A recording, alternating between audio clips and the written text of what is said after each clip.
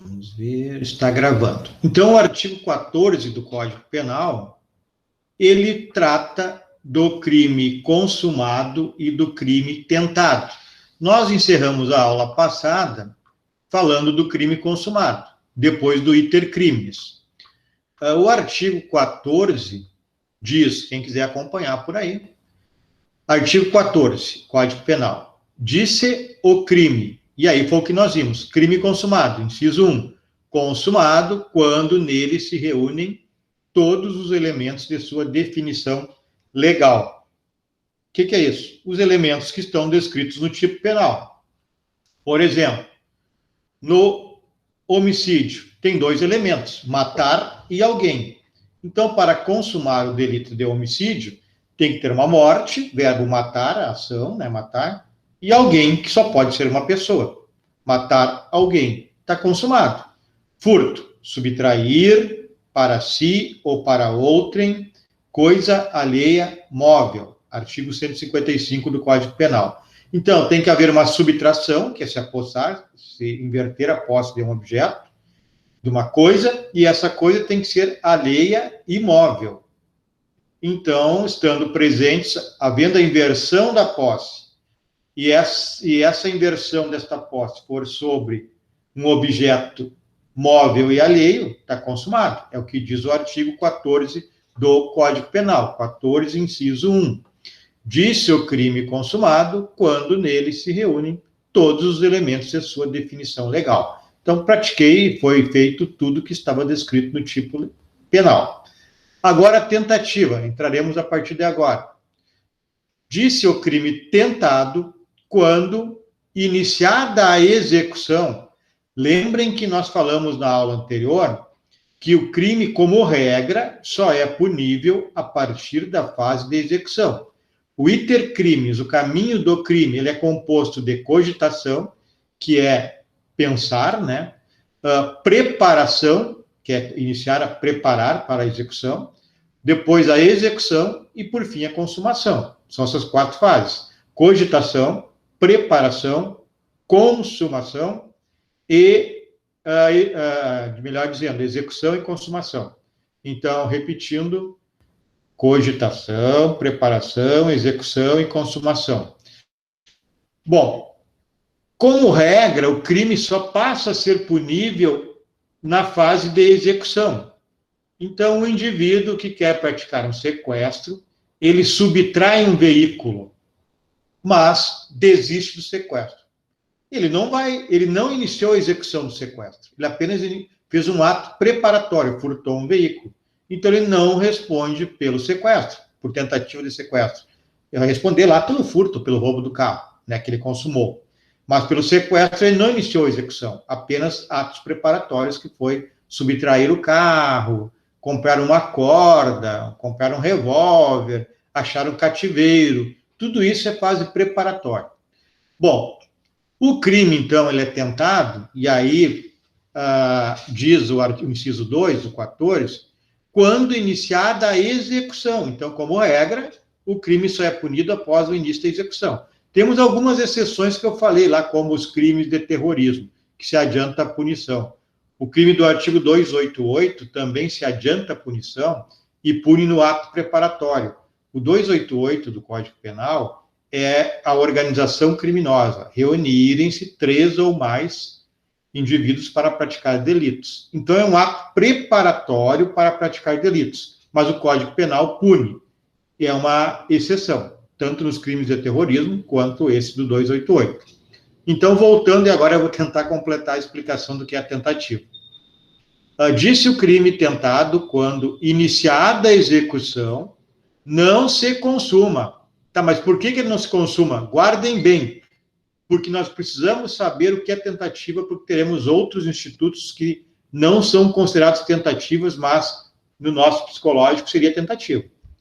Então, tentado quando? Iniciada a execução, não se consuma. Por que não se consuma? Guardem essas palavras aqui, ó. Por circunstâncias alheias à vontade do agente. Então, o crime será tentado quando não consumar, mesmo que iniciada a execução, por circunstâncias alheias à vontade do agente. Guardem isso, circunstância alheia à vontade do agente. Aí que vocês vão conseguir diferenciar a tentativa de outros institutos que veremos hoje. Então, o crime tentado, o agente inicia os atos de execução, mas não consegue, consumar esse delito por motivos alheios à sua vontade. Bom, no Código Penal, com exceção lá do artigo 352, então a regra é Código Penal, lei penal, ele não prevê no tipo penal a modalidade tentada, não prevê o crime tentado. Então, está escrito lá no artigo 155, subtrair para si ou para outrem coisa alheia móvel, pena, preceito secundário, o preceito primário é o tipo penal, 155, subtrair para si ou para outrem coisa alheia móvel. O preceito secundário é a pena. Pena, reclusão de 1 a 4 anos. Bom, isso é para o crime consumado, de 1 a 4 anos. Não está escrito ali no artigo 155, mas se for tentado, a pena será de tanto. Como não está escrito, o que eu farei para saber a pena do crime tentado? Eu só sei a do consumado, que é de 1 a 4, e o juiz vai aplicar de 1 a 4. E como eu saberei a pena do tentado? Aí eu vou lá no artigo 14, inciso 2, que ele dá a resposta. Ele diz o seguinte, podem abrir o Código Penal. Disse o crime tentado, lá no inciso 2, quando iniciada a execução, não se consuma por circunstâncias alheias à vontade do agente. Pena da tentativa, parágrafo único. Salvo disposição em contrário, pune-se a tentativa com a pena correspondente ao crime consumado, diminuída de 1 a 2/3. Então, voltando ao nosso exemplo do furto, pena 1 a 4 anos. Isso é a pena para o consumado. Aquele indivíduo que inverteu a posse, subtraiu, inverteu a posse, pena de 1 a 4 anos. Mas e o indivíduo que não conseguiu inverter a posse? Quando estava pegando o objeto, foi preso. É uma tentativa de furto. Esse indivíduo vai ter a pena aplicada entre 1 e 4 anos, diminuída, conforme determina o parágrafo único do artigo 14, de 1 a 2/3. Então, é assim que a gente trabalha a tentativa.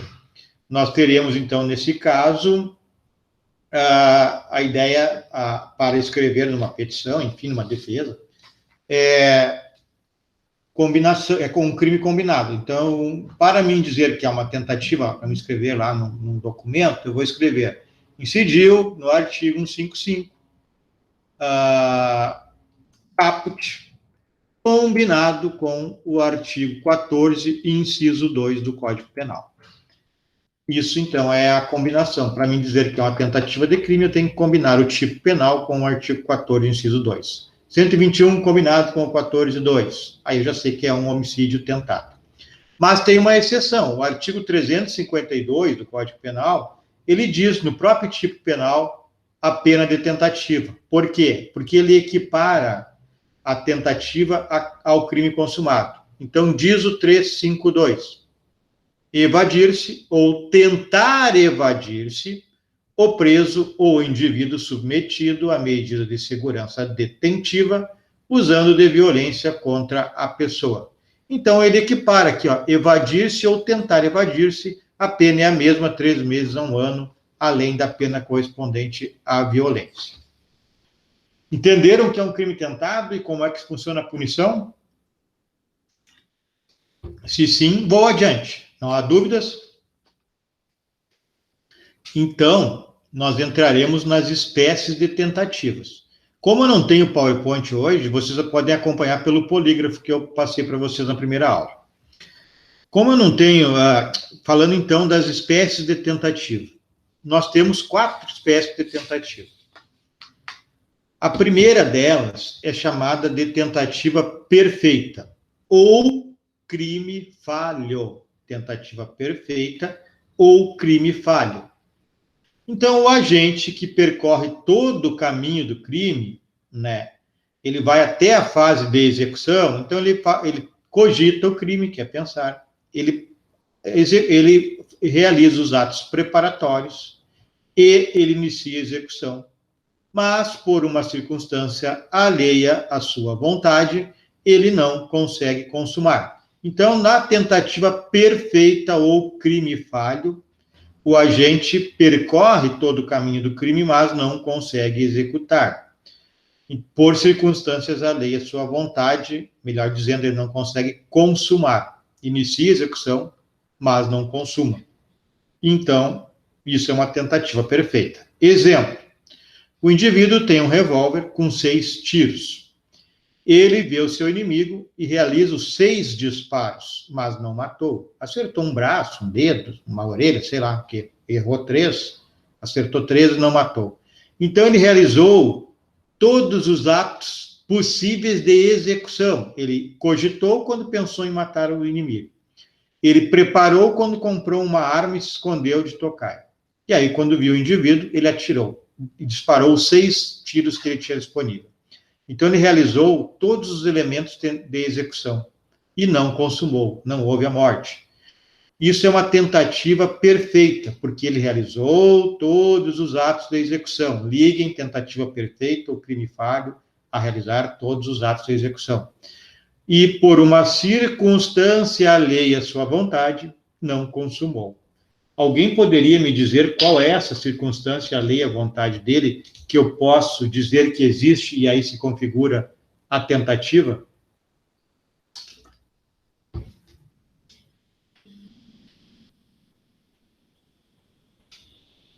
Pode ser que a arma não funcione, pode ser que ele não consiga acertar porque ele tem uma mira ruim. Não, Amanda, a arma funcionou. Ele disparou 6 tiros. Ele tinha 6 tiros, disparou 6 tiros, realizou tudo que era possível como ato executório, mas, sei lá, acertou 3, errou 3, ou acertou 6, mas não matou, o indivíduo não morreu. Qual é a circunstância? Para ser tentativa, a consumação não ocorre por circunstância alheia à vontade do agente do agressor. Qual foi a circunstância alheia que está presente na conduta de desferir 6 tiros e não matar o indivíduo? Não, imperícia não é disso que seria um crime culposo daí. A circunstância alheia, pessoal, é não ter mais munição. Ele tinha 6 e usou as 6 e não matou. Então, ele cogitou o crime quando pensou em matar o seu inimigo. Ele preparou o crime quando comprou uma arma. E ele iniciou a execução quando deu o primeiro tiro. E ele deu os 6 tiros que tinha e não matou. A circunstância alheia à vontade dele é não ter mais como atirar. Né? Poderia ser, por exemplo, bom, isso eu vou falar no caso B depois. Então, a tentativa perfeita é esta, ou crime falho é esta: o indivíduo realiza todos os atos de execução e, mesmo assim, por circunstância alheia à sua vontade, não consegue consumar o delito. O exemplo é esse. Agora vamos ver a tentativa imperfeita, que aí eu vou usar o mesmo exemplo, mas com resultado diferente. A tentativa imperfeita é quando o agente, né, não consegue prosseguir na execução, então ele ainda tem possibilidade de prosseguir na execução. Na anterior, ele não tem mais possibilidade de prosseguir na execução, porque ele não tem mais munição. Realizou tudo que era possível para executar executar o crime. Pode falar, Amanda. Não, agora é a segunda, é tentativa imperfeita, é isso? Isso. A primeira é a perfeita. Ele realiza tudo que é possível na execução e não consuma por circunstância alheia à vontade. Ele tinha 6 tiros e deu 6. Como não tem mais munição, em uma circunstância alheia à vontade dele, ele não pode atirar mais. Na imperfeita, o agente ele não consegue prosseguir na execução, ele não consegue ir até o final dos atos executórios antes dele poder realizar todos os atos executórios. Surge uma circunstância alheia à sua vontade. Então, por exemplo, mesmo exemplo, o indivíduo tem 6 tiros, desfere 3 tiros, teria mais 3 para prosseguir na execução. Mas, no terceiro tiro, ele vê uma sirene da viatura da polícia e ele foge. Pergunto primeiro: qual é a circunstância alheia à vontade do agente nesse segundo exemplo? Porque ele parou. Da polícia. Pelo medo da polícia. Isso aí, pela sirene da polícia. Então, ele estava na metade dos atos executórios, ele tinha mais 3 tiros, e ele teve que parar por circunstância alheia à sua vontade, que era a polícia se aproximando. Então, olha a diferença da tentativa perfeita para a imperfeita.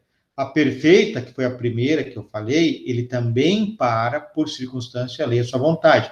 Mas ele realizou tudo que era possível para consumar, todos os atos executórios que estavam disponíveis. Tentativa perfeita. Ele realizou tudo que era possível, foi perfeito. A tentativa foi perfeita. Ou chamado também de crime falho. Na tentativa imperfeita, ele não consegue realizar todos os atos executórios que ele tem à disposição. Antes de realizar todos os atos, surge uma circunstância alheia à sua vontade. E ele não consegue prosseguir, mesmo tendo mais possibilidades de execução. Tentativa imperfeita. Certo? Nenhuma pergunta? No caso de um colete à prova de balas, por exemplo, também é uma tentativa perfeita. Se ele utilizou todos os tiros disponíveis, por exemplo. Se ele utilizou somente 3 e parou, por exemplo, aí nós teremos uma outra espécie de tentativa que veremos logo adiante, né? Agora, se ele usou os 6 tiros, pegou os 6 no colete, é uma tentativa perfeita. Se ele deu 3 tiros no colete e apareceu a viatura, tentativa imperfeita. Ok?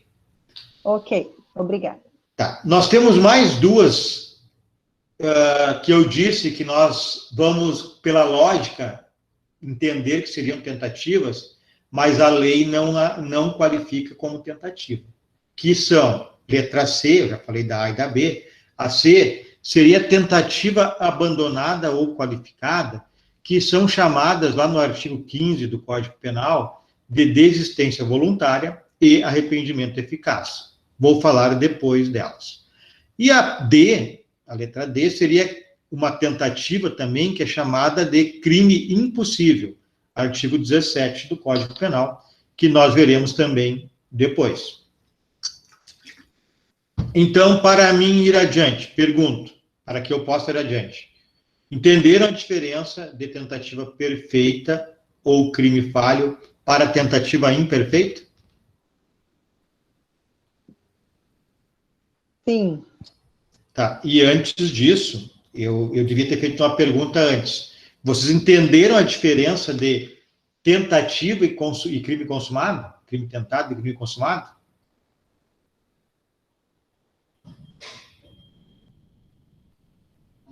Sim, entendemos. Também, Amanda? Para mim, assim, tipo, o crime tentado é aquele, então, que deu iniciada a execução, mas ele não se consumou por alguma circunstância, né? Isso aí? Circunstância alheia à vontade do agente. Alheia à vontade do agente. Tá. Isso. Poderia ser, por exemplo, em qualquer uma das tentativas, vamos pegar a tentativa imperfeita, o agente deu 3 tiros e apareceu uma testemunha. Alguém abriu a janela. Aí é uma testemunha, então ele vai fugir para não ser visto. É uma circunstância alheia à sua vontade. O agente puxa o gatilho do revólver e o revólver bate lá, o cão que chamam, mas a munição era velha e não dispara. É uma circunstância alheia à vontade do agente. Então é tentativa. Só teríamos que classificar como perfeito ou imperfeito. Pode falar, Amanda.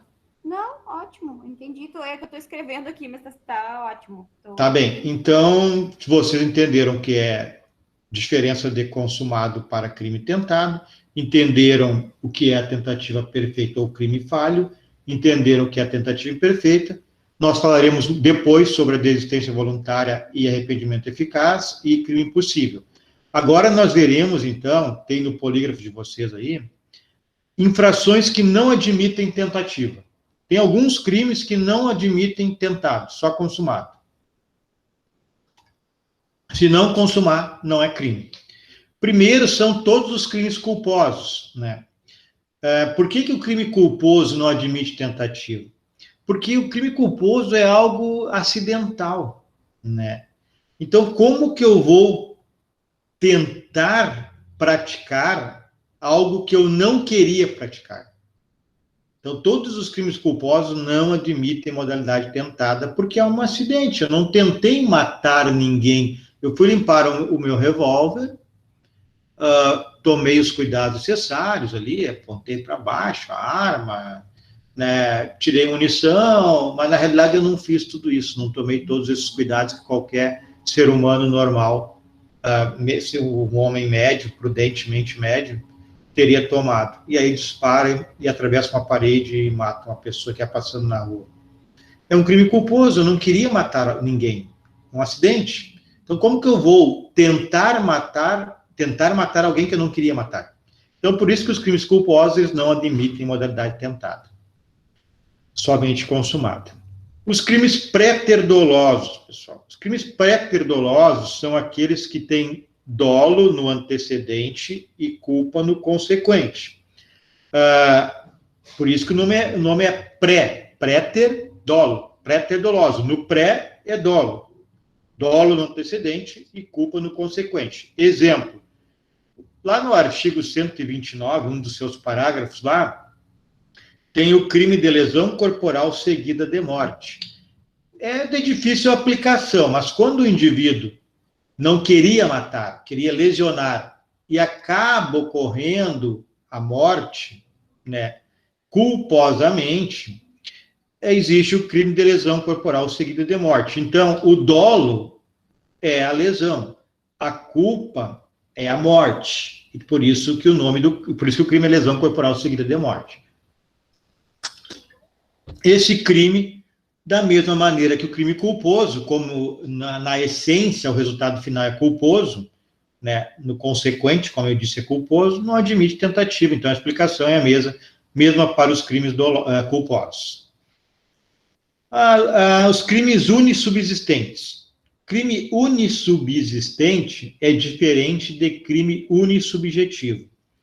Unissubjetivo, conforme nós estudamos lá no Penal 1, não recordo se aqui na Teoria do Direito nós estudamos, mas acho que sim.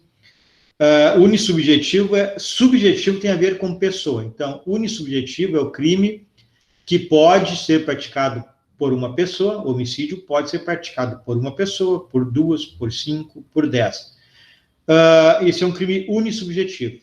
Plurissubjetivo é o crime que pode ser praticado somente por mais de uma pessoa. Então, o artigo 288 do Código Penal, organização criminosa, determina que na reunião de 3 ou mais pessoas para praticar crimes, configura o crime de organização criminosa. Esse é um crime plurissubjetivo, porque exige, só pode ser praticado por mais de uma pessoa, nesse caso 3 ou mais. Mas nós estamos falando de unissubsistente. Então, unissubjetivo está vinculado à pessoa. Mas eu quero saber e passar para vocês dos crimes unissubsistentes. São aqueles que uni é um. Aqueles que só tem um ato, que não tem como fracionar. Então, por exemplo, se eu injuriar alguém, né, ofender alguém na sua honra, uma injúria, no momento que eu falei a palavra, consumou. Ele não tem, então, um fracionamento como no homicídio.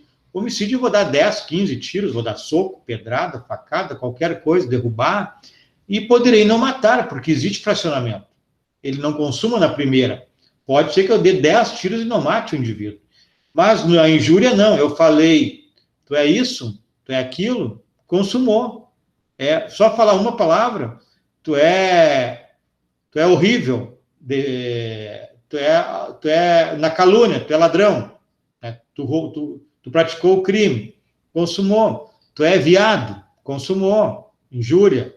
Então, não tem como fracionar essa conduta do agente. Então, se não tem como fracionar a conduta, não tem tentativa. Falou, consumou. Né? Tu é viado, consumou. Delito de injúria. Próximo, crimes omissivos puros. O artigo 135 do Código Penal, para quem está acompanhando aí pode fazer a leitura, é o crime omissivo próprio. Deixa eu colocar aqui 135.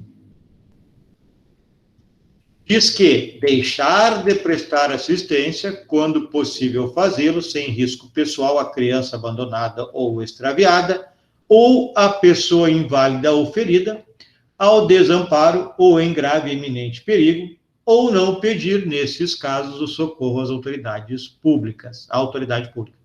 Bom, o verbo é deixar. Por que não admite tentativa nesse crime omissivo próprio, que o verbo é negativo? Não admite porque no momento que deixar de praticar a conduta, consumou. É impossível fracionar também. Como eu vou tentar deixar, não pratiquei a conduta, que é prestar socorro a alguém ferido, inválido, doente, etc., criança, idoso, ou não avisei a autoridade pública, consumou. Então também não tem como ter tentativa nos crimes omissivos puros. Contravenções penais, né? Também não há tentativa, porque o próprio artigo 4º da lei da LCP, da Lei das Contravenções Penais, assim determina que não há punição para as infrações consideradas contravenções penais.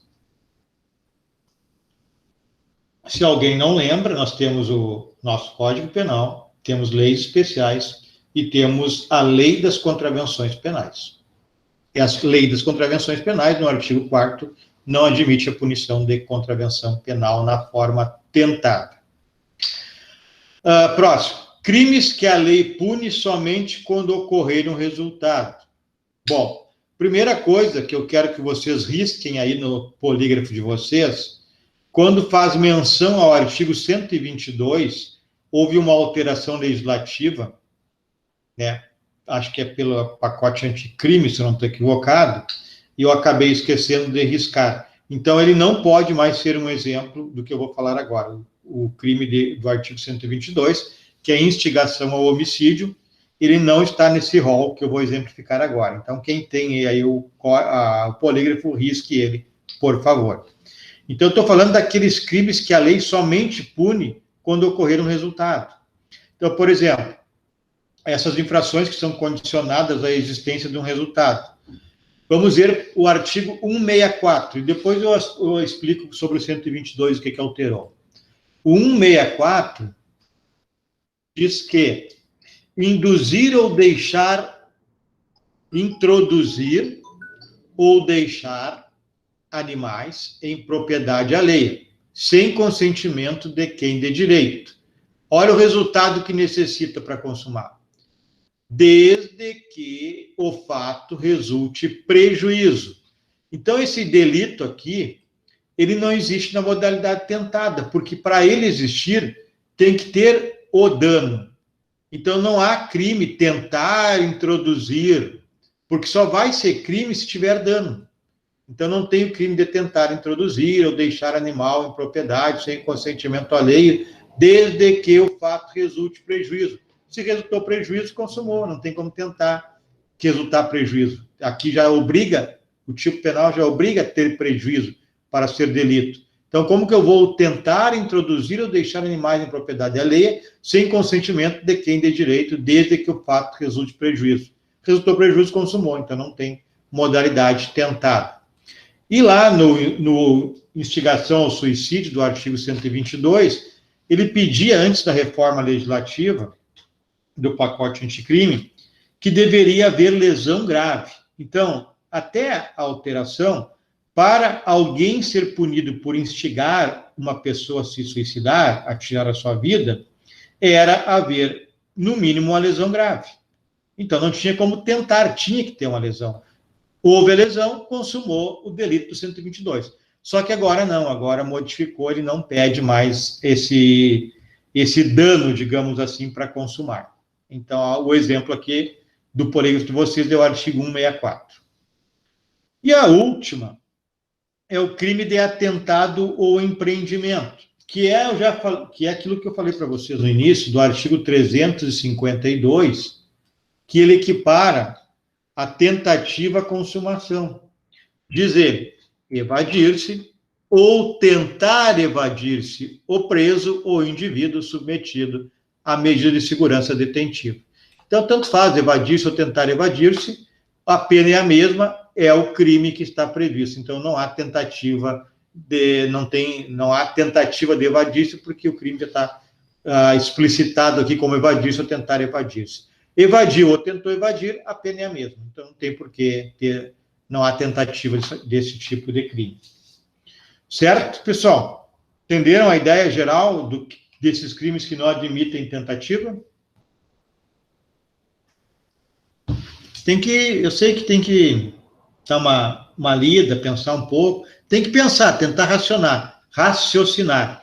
Mas eu sei que também tem que dar uma decorada para lembrar de todos. Mas raciocinando, pegando o fio da meada, bom, pode ou não pode tentar esse tipo de crime? Dá para perceber a maioria deles. Bom, se entenderam, então vamos adiante. Agora, nós voltaremos àquelas duas, entre aspas, tentativas, não são tentativas, por isso que eu coloco entre aspas. O legislador preferiu dizer que não são tentativas, que são a abandonada ou qualificada, que é a desistência voluntária ou arrependimento eficaz, e o crime impossível do artigo 17. Então, nós vimos que são tentativas no nosso Código Penal, a tentativa perfeita ou o crime falho, e a tentativa imperfeita.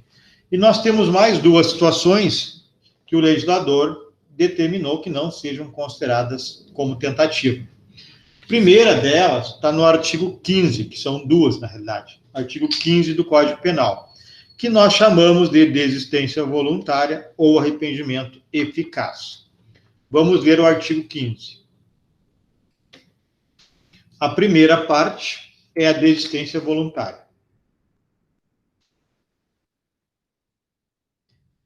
Passei aqui. Artigo 93. Artigo... Tem um monte de 15 aqui, só um pouquinho, pessoal. Estou voltando lá. É mais fácil ir lá.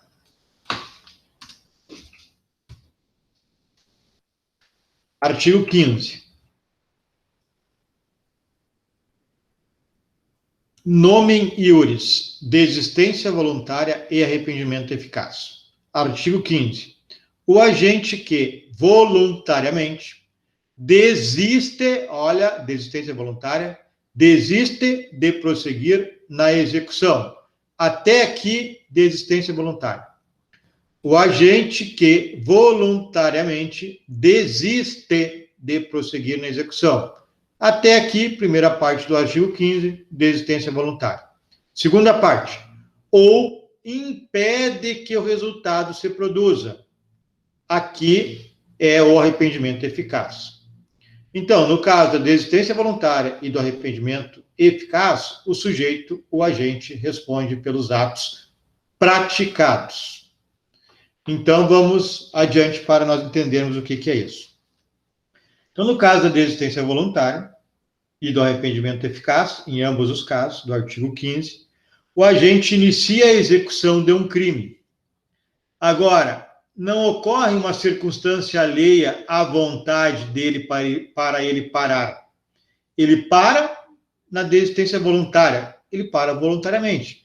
Ou ele executou todos os atos tendentes possíveis de execução e não consuma, e ele toma uma atitude para que o resultado não se produza. Mas nós vamos ver exemplo para vocês entenderem. Por enquanto, a gente tem que saber que nos dois casos, desistência voluntária, arrependimento eficaz, o agente inicia a execução de um crime e não consuma, olha só, por vontade dele. Lembram da tentativa? Não se consuma por circunstância alheia à sua vontade. Agora não, o agente inicia a execução e o delito não se consuma por vontade própria do agente. Então, vamos fazer a diferenciação dos dois e dar exemplos. Desistência voluntária, primeira parte do artigo 15. O agente tem possibilidade de prosseguir na execução. Né? Ele não esgotou ainda os meios executórios, ele ainda poderia avançar, e ele desiste. Exemplo de desistência voluntária. O indivíduo tem 6 tiros no revólver, ele executa 3 disparos, verifica que a pessoa está viva e resolve parar. Não tem circunstância alheia à sua vontade. Não apareceu polícia, não apareceu testemunha, a vítima não fugiu, está ali deitada com 3 tiros no abdômen. E o autor, o agente, com revólver com mais 3 tiros. E ele resolve desistir, porque ele quis. Voluntariamente ele para, vontade própria. Isso é chamado de desistência voluntária, pessoal. E no arrependimento eficaz, tem um passo além disso, né? Ele desiste, mas tem que fazer mais alguma coisa. Então, no arrependimento eficaz, o agente esgota os meios executórios e, mesmo assim, ele não consegue produzir a consumação, né? Então, ele se utiliza de todos os meios disponíveis para consumar, mas não consegue. Então, por exemplo, ele dá os 6 tiros no indivíduo. E ele, vendo que a vítima não está morta, conduz essa vítima em seu veículo até o hospital, onde a vítima é atendida e sobrevive. Isso é chamado de arrependimento eficaz. Ele tomou uma atitude para que o resultado não se produzisse, né? Ele teve uma atitude prática, produtiva, para evitar a consumação.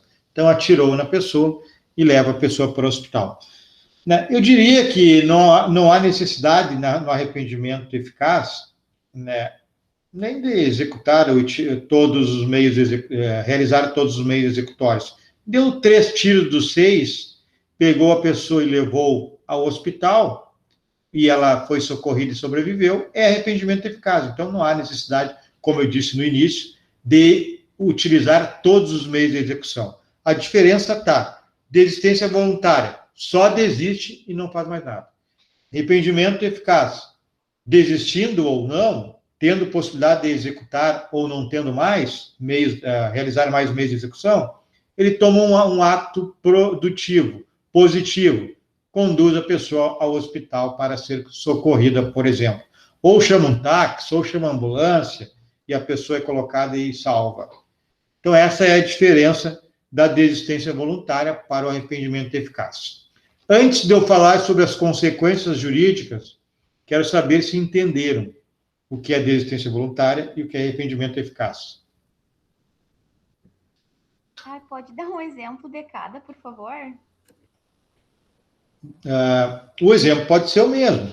O indivíduo tem 6 tiros. Ele desfere os 6 ou desfere 3, tanto faz, serve para os 2 casos. Vamos pegar a situação mais complicada. Ele tem 3 tiros, tem 6 tiros, desfere 3. No terceiro, ele vê que o sujeito, a vítima, está viva e desiste e vai embora. Não houve circunstância alheia à vontade, ele desistiu porque quis. Ele virou as costas, foi embora e a pessoa sobreviveu. Desistência voluntária.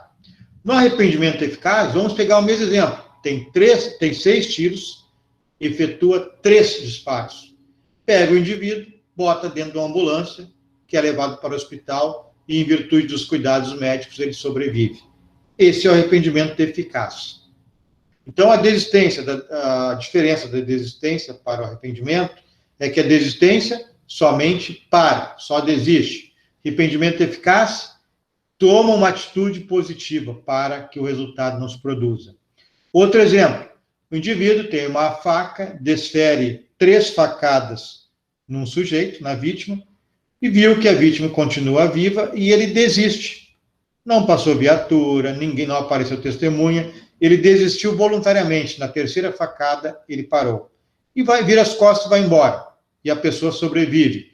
Desistência voluntária. Ele tem a faca, dá 3 facadas no indivíduo.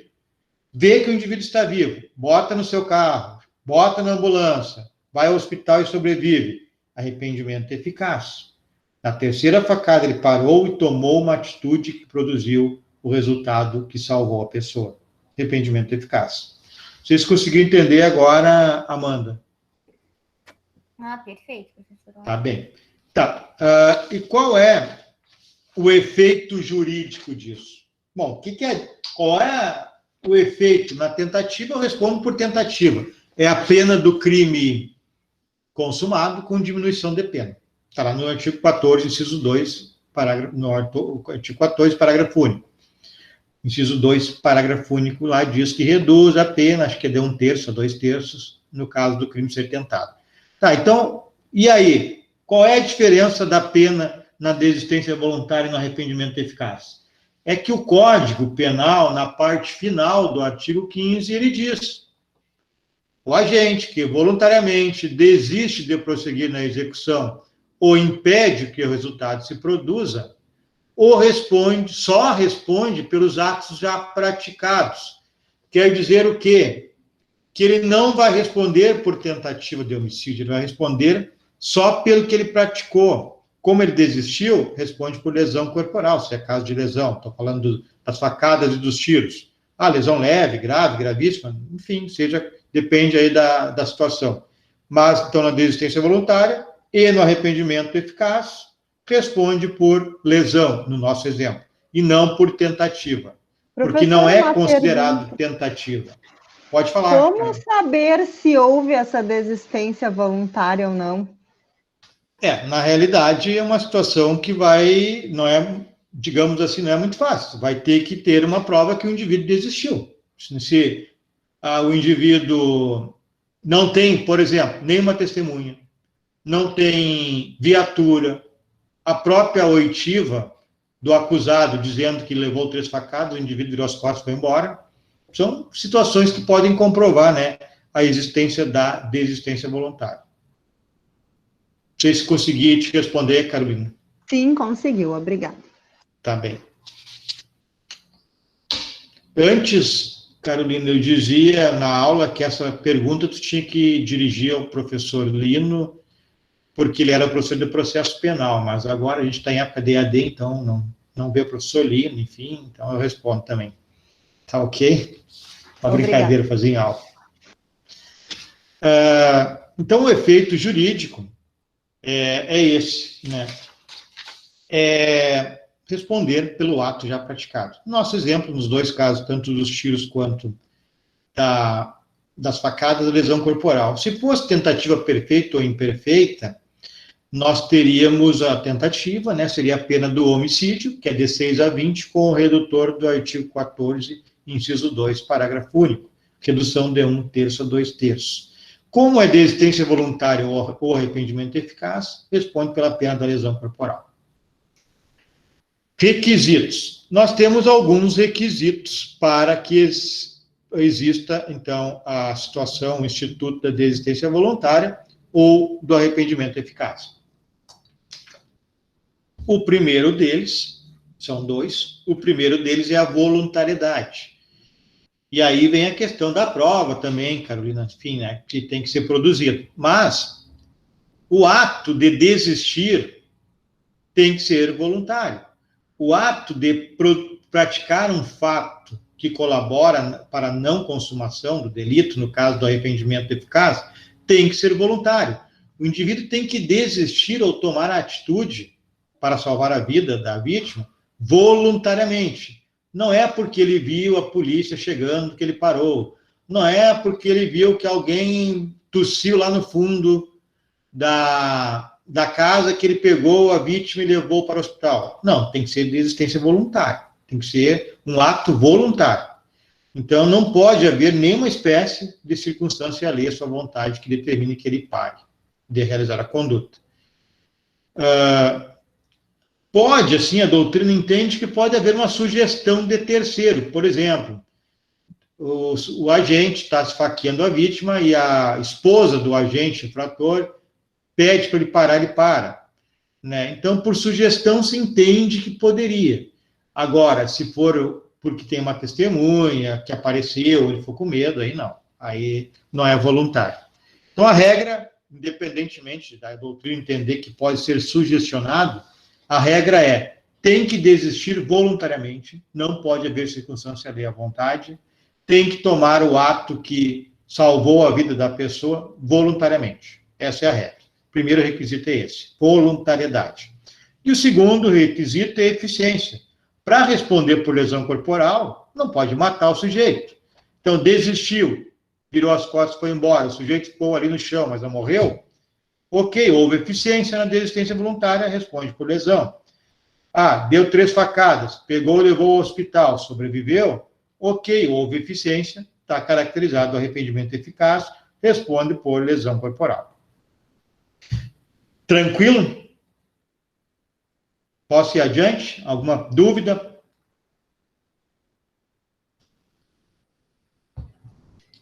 Bom, então, se entenderam, vamos adiante. O artigo 16 é o chamado arrependimento posterior. Tem o 17 também, mas a gente fala depois. Vamos para o 16. O 16 é o arrependimento posterior, para fazermos a diferença quanto ao arrependimento eficaz. Diz o artigo 16, o nome iuris dele é arrependimento posterior. Artigo 16. Nos crimes cometidos, abra aspas, sem violência ou grave ameaça à pessoa, estou falando de pessoa, nos crimes cometidos sem violência ou grave ameaça à pessoa, reparado o dano ou restituída a coisa, até o recebimento da denúncia,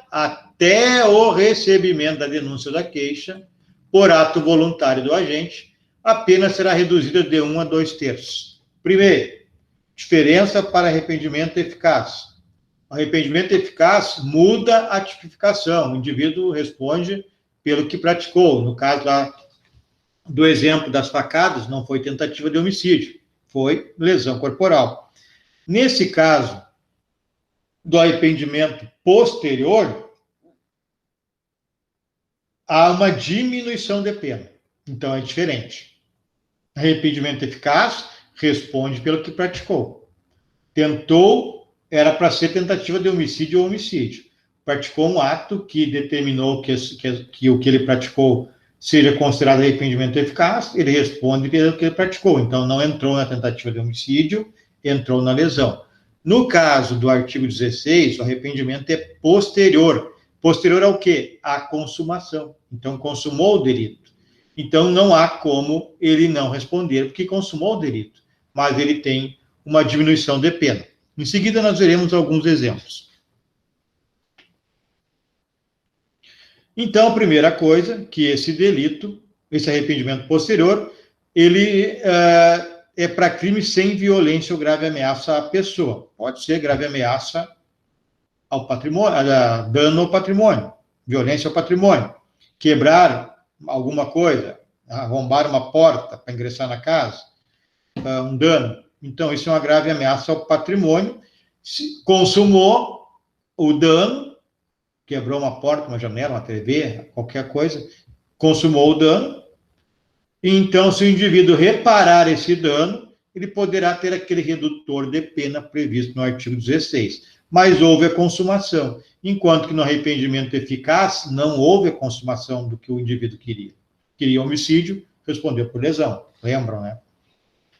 Então, no caso do arrependimento posterior, reparado o dano ou restituída a coisa, até o recebimento da denúncia. Então, o que eu tenho? Consumou um dano ou consumou um furto. Antes do recebimento da denúncia pelo juiz, ele restitui o objeto. O agente repara o dano. Há um redutor de 1 a 2 terços, conforme determina o artigo 16 do Código Penal. E esse ato também tem que ser voluntário. Então, não adianta a polícia bater na casa do sujeito que furtou uma TV e o sujeito está aqui a TV, pode levar. Não vai ter redutor de pena nenhum. Agora, se ele sabe que estão investigando, né, tomou ciência que está sendo investigado, e antes de qualquer ato da polícia tendente a apreender esse objeto, ir na sua casa, por exemplo, ele devolve, aí ainda é um ato voluntário. Então, a diferença da desistência voluntária ou arrependimento eficaz, e no caso específico, o arrependimento eficaz para o arrependimento posterior, é que no arrependimento eficaz, o ato praticado pelo sujeito foi antes de consumar. Queria o homicídio, deu 3 facadas, se arrependeu, levou ao hospital e não consumou a morte. Então, ele não responde nem por tentativa, responde por lesão corporal. Isso é uma benesse que o legislador deu às pessoas que estiverem envolvidas nesses tipos de crime, né? Enquanto que no arrependimento posterior, o fato é praticado a devolução do objeto, a reparação do dano, depois de consumado. Consumou o furto, consumou o dano, se arrepende depois da consumação, então, e devolve o objeto para reparar o dano. Apenas diminui a pena. Conseguiram entender a diferença, pessoal? Ou ficaram com dúvidas da diferença entre arrependimento eficaz e arrependimento posterior? Tranquilo. Então, vamos adiante. Já está me doendo a garganta, vocês não falam. Requisitos do arrependimento posterior, do artigo 16. Reparação integral do dano ou da coisa, restituição da integral da coisa, ou reparação integral do dano. O ato tem que ser praticado pelo próprio sujeito ativo, né, do crime, quem praticou o crime, ou pelo coautor do crime. Então, não pode ser pela mãe. Aí eu pratiquei o furto e a minha mãe, para mim me beneficiar do 16, ela vai lá e devolve. Não. Tem que ser o sujeito que praticou o dano, ou praticou a subtração da coisa, faça a devolução. Ele ou o coautor, autor ou coautor. Tem que ser um ato voluntário, conforme eu já falei. E o crime não pode, é crime sem violência ou grave ameaça à pessoa, né? Não pode, a objetos não há problema, não pode ser crime com violência ou grave ameaça à pessoa. Então, uma tentativa de homicídio ali, uma lesão, não entra nessa situação, entra no arrependimento eficaz, não no posterior.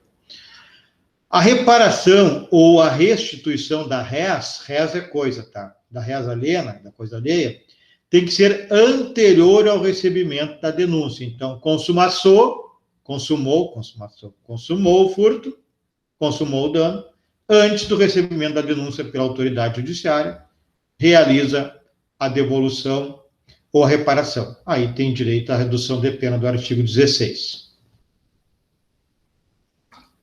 Então, os requisitos são esses: reparação integral ou restituição do objeto, ato praticado pelo próprio sujeito ativo ou coautor, crime sem violência ou grave ameaça à pessoa, e a reparação ou restituição tem que ser anterior ao recebimento da denúncia. Então, pronto. 16, ok. Vamos ao artigo 17, que é o chamado crime impossível. Falei para vocês no início da aula que nós temos 4 situações que podem parecer tentativa. A primeira delas é a tentativa perfeita ou crime falho. A segunda delas é a tentativa imperfeita. A terceira é chamada de tentativa abandonada ou qualificada, que é o artigo 15, que nós chamamos, que o Código Penal chama de desistência voluntária ou arrependimento eficaz. Portanto, deixando bem claro, eu estou dizendo para vocês que existe uma espécie de tentativa que é chamada de abandonada ou qualificada. Mas, na realidade, conforme nós estudamos há pouco, no artigo 15, não é tentativa. É uma desistência voluntária e um arrependimento eficaz e não responde por tentativa. Responde pelo que praticou. Nos nossos exemplos, lesão corporal. Então, apesar da doutrina colocar o nome de tentativa abandonada ou qualificada, não é tentativa. E o crime impossível, que é o que nós veremos agora, que também não é tentativa, é um crime impossível. Pode parecer tentativa, mas não é. Diz o artigo 17 do Código Penal. Crime impossível é o nomen iuris. Artigo 17. Não se pune a tentativa quando, por ineficácia absoluta do meio, ou por absoluta impropriedade do objeto. O meio tem a ver com o que está usando para realizar o crime. Por exemplo, a arma. A arma é o meio empregado para o homicídio. Ou por absoluta impropriedade do objeto. O objeto é aquilo sobre o qual recai a ação. O objeto num homicídio é o corpo. Então, não se pune a tentativa quando? Então, não há tentativa, não há punição de tentativa quando? Por ineficácia absoluta do meio ou por absoluta impropriedade do objeto, é impossível consumar-se o crime. Então, vamos adiante. Primeira situação, no crime impossível. Absoluta ineficácia do meio empregado. Primeira parte do artigo 17. Então, diz o 17, não se pune a tentativa quando por absoluta ineficácia do meio empregado. É o meio que eu uso para executar, né? É impossível consumar o delito. Então, vamos aos exemplos. O indivíduo pega uma pistola, uma réplica perfeita de uma arma, até o peso de uma pistola real, e atira em alguém, é uma arma de brinquedo. O meio é totalmente ineficaz, não vai matar ninguém, né? Então, não há tentativa nesse caso. Praticar aborto. A mulher está grávida, quer abortar, tem medo dos pais, namorados, sei lá, e ela usa crendices popular, benzedura, por exemplo. O meio empregado é totalmente ineficaz, nunca vai consumar o delito de aborto. Como no exemplo da pistola de brinquedo, nunca vai consumar a morte por tiros, no exemplo do aborto, nunca vai consumar o aborto por benzeduras, por exemplo. Então, são casos de absoluta ineficácia do meio empregado. Como o meio empregado nunca vai autorizar a consumação do delito, se diz que o crime é impossível. E não há nenhum tipo de punição nesse caso. Outro exemplo, assim, que às vezes não é muito bem aplicado pelo judiciário, que é o uso de documento grosseiramente falso. A doutrina e a jurisprudência é clara em dizer, se o documento é grosseiramente falso, qualquer pessoa consegue ver que é falso, é crime impossível, não tem como consumar. Eu vou pegar um documento e vou ver, isso aqui é falso, esse documento. Não preciso perícia, vejo a olho nu. Isso não tem como consumar o delito de falsidade. Então, nesse caso, também, o documento grosseiramente falsificado é um crime impossível, não se consuma, então não há nenhum tipo de punição. Então, isso é pela absoluta ineficácia do meio empregado. A segunda parte diz absoluta impropriedade do objeto material. Então, o objeto, como eu disse, é aquilo que recai a ação. É a pessoa ou a coisa sobre a qual recai a conduta do agente. Então, exemplo, atirar contra alguém que já está morto. Então, eu dou 6 tiros em alguém, só que esse alguém já está morto. É absolutamente impróprio esse objeto, jamais vai morrer, porque já está morto. Então, há uma absoluta impropriedade do objeto material. E ingerir um medicamento abortivo numa gravidez psicológica. A mulher acredita que está grávida e ingere um medicamento abortivo. Não vai abortar nunca, não está grávida. Então, o objeto é impróprio. Então, também não há punição por tratar-se de crime impossível. Então, repetindo o artigo 17 do Código Penal, que trata do crime impossível, e ele é impossível porque não tem como consumar, nunca vai consumar, por isso é crime impossível de consumar. Primeira situação, pela absoluta ineficácia do meio empregado. Então, é o meio executório. Vou dar tiros de festim. Pego um revólver, até creio que tem munição, na realidade é bala de festim. Não vai matar ninguém, é impossível. Pego um revólver, puxo o gatilho, não tem munição. Nunca vai matar ninguém. Pego um revólver, está quebrado lá o mecanismo que aciona. Puxo o gatilho e não aciona a munição. É um meio impróprio, inadequado, ineficaz, absolutamente ineficaz. Nunca vou poder matar alguém, nunca vou poder consumar alguém com esse tipo de arma que eu acabei, esses exemplos que eu acabei de citar. E a segunda parte do artigo 17 é a absoluta impropriedade do objeto material, então, atirar num cadáver, querer abortar quando está grávida.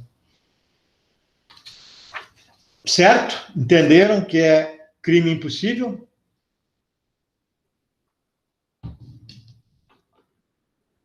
Se entenderam, né? Vamos adiante. Certo, Amanda? Eu queria fazer alguma pergunta. Não, ótimo. Tá tudo certo. A gente vai até as 8h30, só para saber. 8h30. Tá. Agora, vocês têm que guardar uma coisa. A palavra que está no artigo 17, e que importa muito, é absoluta. Repetindo 17. Não se pune a tentativa quando, por ineficácia absoluta do meio ou por absoluta impropriedade. Por quê, pessoal? Porque pode haver uma situação de relativa ineficácia do meio ou relativa impropriedade do objeto.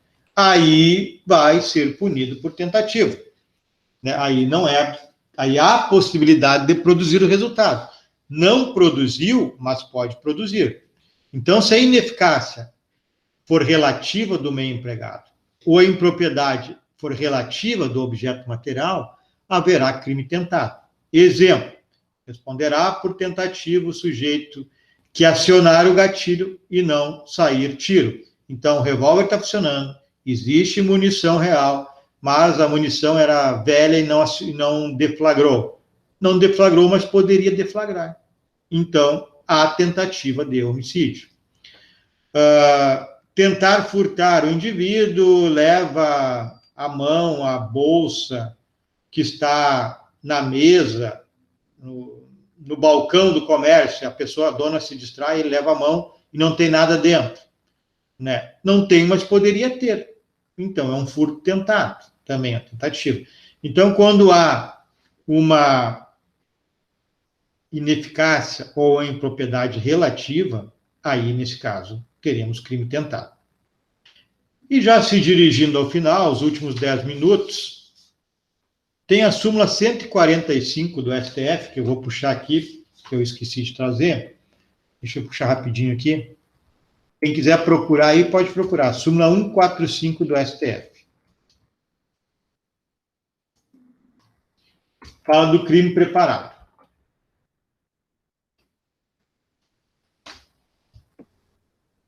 Qual é a súmula, professor, que trancou aqui? 145. Essa súmula do STF, ela trata do flagrante preparado. E aí eu quero fazer uma diferenciação com vocês.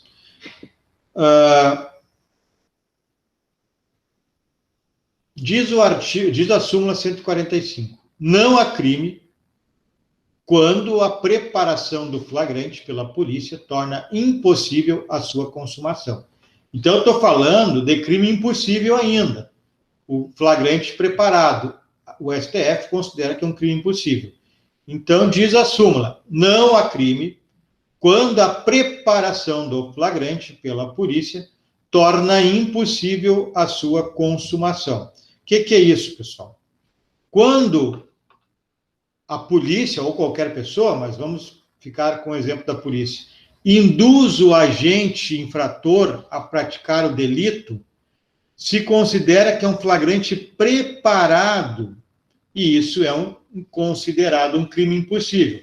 Então, vou dar 2 exemplos. Tem um que ele se torna ineficaz, mas serve como exemplo. É comum, nós sabemos disso, a polícia vai até um ponto de tráfico e oferece dinheiro a um traficante por droga. O sujeito, não sabendo que é policial, entrega a droga. Nesse momento, ele é preso. Isso é um flagrante preparado pela súmula 145 do STF. A polícia induziu o sujeito a praticar o crime. Então, é crime impossível. Súmula 145. Porém, no caso de entorpecentes, vai haver igual o crime de tráfico, por quê? Porque o artigo 33 da Lei 11.343 de 2006, que é o crime de tráfico, ele tem 18 verbos, não é só vender. Também é ter em depósito. E ele tinha em depósito. Se ele entregou ao policial, ele tinha em depósito.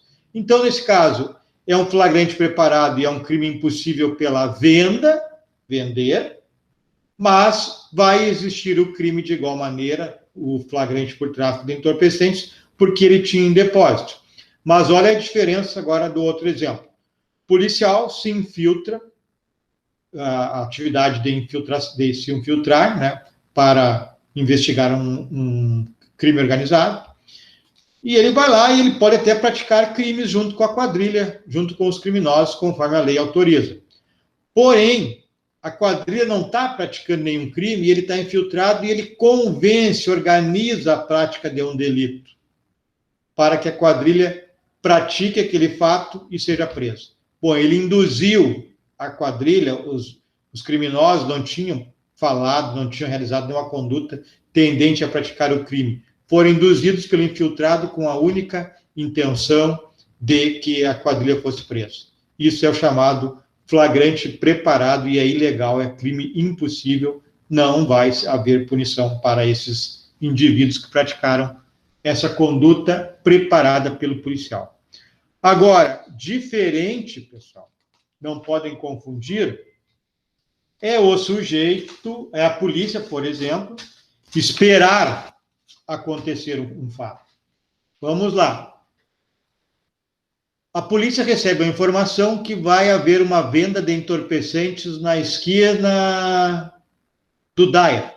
Aí, aqui em Cachoeira do Sul. Aí a polícia vai para lá às 11 da noite, fica até às 4 da manhã. Às 4 da manhã chega alguém e vende a droga. A polícia prende. Isso é um flagrante esperado, é lícito. Agora, diferente é a polícia ligar para o indivíduo encomendando o entorpecente e vai lá receber e pagar. É o flagrante preparado. Aí é ilegal, mas, de qualquer maneira, esse flagrante vai ter validade porque o sujeito tinha em depósito.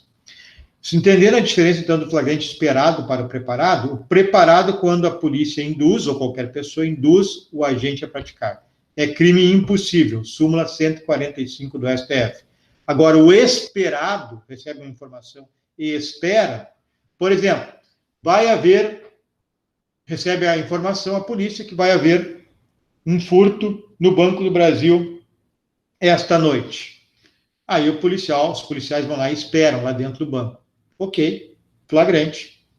Entraram os indivíduos do banco, presos em flagrante. Agora, a polícia faz uma movimentação para instigar uma quadrilha que está na região a vir até o banco.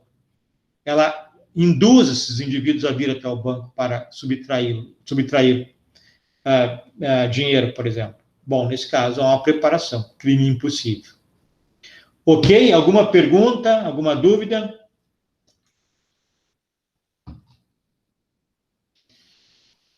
Bom, então, quero lhes dizer que a partir da semana que vem, nós entraremos no segundo elemento do conceito analítico de crime, que é a ilicitude. É muito menos coisas a ver. Então, nós já vimos que o crime é um fato típico, vimos muita coisa até agora dentro dessa ideia de fato típico, e a partir da próxima quarta nós entraremos no ilícito. Então, fato típico e antijurídico, ou ilícito, é a mesma coisa. Entraremos, então, no segundo elemento, antijuridicidade ou ilicitude. Certo? Alguma pergunta? Então, se ninguém tem pergunta, foi possível entender a aula? Sim. Outra pergunta, preferem que eu faça o slide, PowerPoint, ou tanto faz? Eu prefiro, eu gostaria. Prefere o slide? Foi ótima aula, professor, mas se pudesse ter um material de apoio do que foi dado, isso só para lembrar, assim, eu anotei bastante, mas gostaria de ter uma base. Ok. Mas, eu achei a apostila muito boa, acho que pela apostila ali deu para seguir bem a aula. A apostila já havia sido postada, acho que até imprimi. Eu ia comentar até a apostila, mas dentro do possível eu vou preparar o PowerPoint. Deixa eu só parar a gravação aqui, que é melhor para a gente falar.